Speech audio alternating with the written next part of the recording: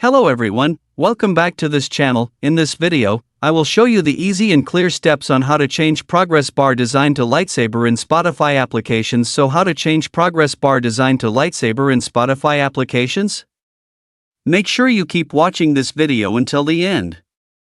Let's get started right away. Firstly, please enter the Spotify application on your computer. Well, here it is already on the main Spotify display.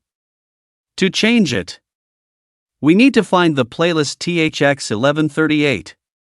Just go to the search menu and then type THX1138.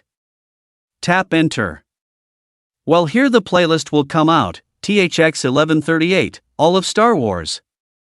Let's try running this playlist. Well, we can see in the progress bar section below. It looks like Lightsaber. The function of changing the progress bar design to a lightsaber provides a unique and interesting visual element to the user interface. By changing the appearance of the standard progress bar to a lightsaber-shaped design, the user experience becomes more fun and personal, especially for fans of science fiction or pop culture themes. This feature not only adds aesthetics, but also creates a creative touch that can increase the overall appeal of the application. So that's it.